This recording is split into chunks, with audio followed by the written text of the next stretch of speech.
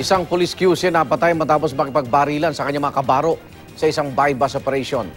Kinumpirma rin ng kamkrami na isa ang suspect sa mga pulis na nagbebenta uli ng mga nakukuhang iligal na droga sa mga operasyon.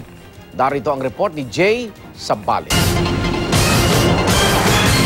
Patay nga ang isang miyembro ng QCPD District Anti-Illegal Drugs Unit matapos makipagbarilan sa mga otoridad ng QCPD Special Operations Unit, QCPD City Hall Detachment, QCCIDG at HPG Limbas.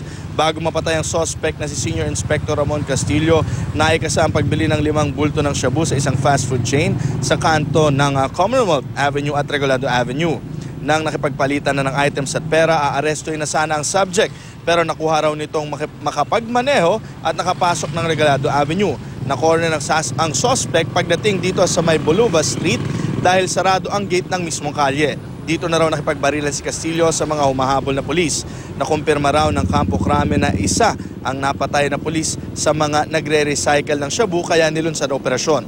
Nakuha pa sa sakyan ng suspect ang hindi pa natutukoy na dami ng hinihinala ring shabu. Nakakalungkot ng pangyayari dahil isa siya sa mga ating opisyales at kasamahan sa daig ng QCPD. So kung matatandaan nyo before na merong mga natanggal tayong mga kasamahan dito sa QCPD, 35 of them and another 9. All of them, bali 44 lahat, all of them were transferred from QCPD going to Mindanao. Na-transfer sila but still they are being investigated. Bukod dun sa 5 bulto nga na-consume nung nagkaroon ng bypass operations, sa pagbukas ng kanyang sasakyan, meron pa daw nakuha na humigit kumulang 200 gramo ng hininalang shabu na may street value naman daw na humigit kumulang 1 milyong piso. At yan muna ang pinakahuling balita mula dito sa Regalado Avenue. Balik sa Igan. Maraming salamat, Jay Sabale.